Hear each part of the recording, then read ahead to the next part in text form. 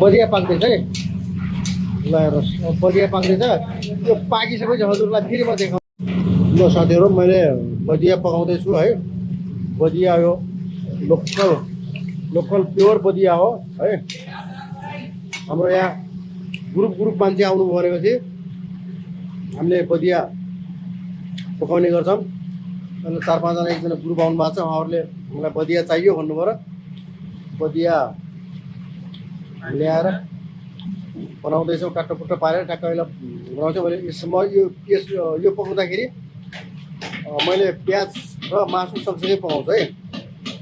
अब एकछिन पछाडि कस्तो हुन्छ त हजुरहरूलाई फेरि म देखाउने छु है। ल साथीहरू बदिया बल्लमा भइसक्यो। अब त्यसमा मैले अब साथ के हाल्छु ल हेर्दै गर्नु है। त्यसमा मैले के हाल्छु है।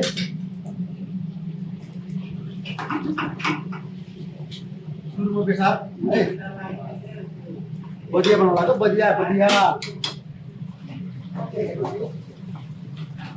रातो खुर्सानी,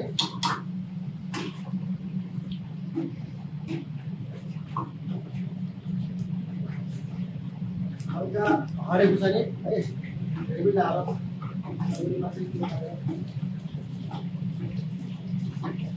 हल्का नुन नमक। अर्ग्यानिक स्टाइलले बनाउनु लाग्यो है, गाउँले स्टाइलले बनाउनु लाग्यो।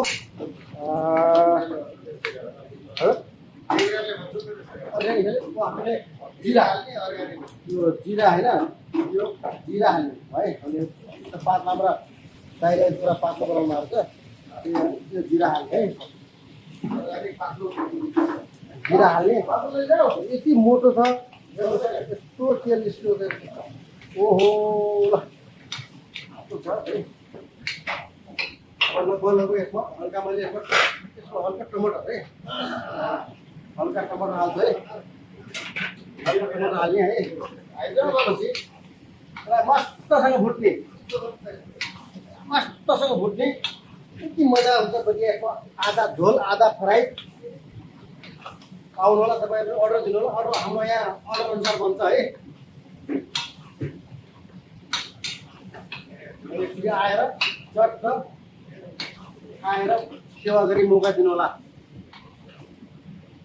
बन्दैछ अब यो एकचोटि अब बनिसक्यो भने चाहिँ हजुरलाई के म देखाउने छु।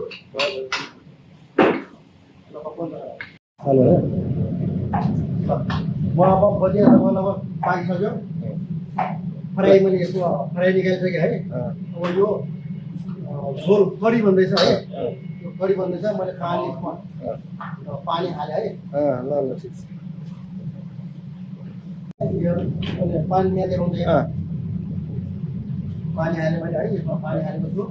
यो चाहिँ झोल, यो फ्राई एउटा पिस मजाले चाख्छु है। मन चाख्छु होइन, टेस्टी छ। नम्बर 1 एकदम मस्त छ है। अब यो मैले यो कडी बनाइदिएँ है। यो झोल भयो है। यो चाहिँ झोल, बदियाको झोल भयो। यो चाहिँ फ्राई, यति राम्रो बदियाको फ्राई छ। यो हो है, बदियाको हो। यो चाहिँ झोल, यो फ्राई र पाकिसक्यो। अब खाने तयार भएर आउनुहोस् है। ल यस्तो मजाले पाकेर पाक उम्ल्या छ। अब यसलाई एकदम पुरै छोड्दिने लाबाट कपारे भातसँग ल्याम खाने हुन्छ। भातसँग हो कि माइललाई एकदम ल्याम हो नि। ल ल ल बदियाको झोलसँग भात ल्याम खान्छन् बगालहरूले है साथीहरूले।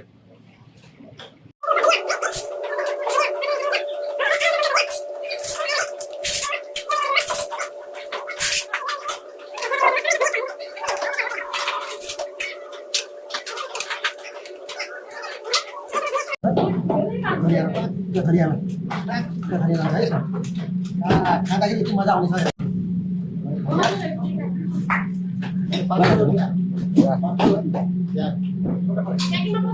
नमस्कार, धन्यवाद। मन परेपछि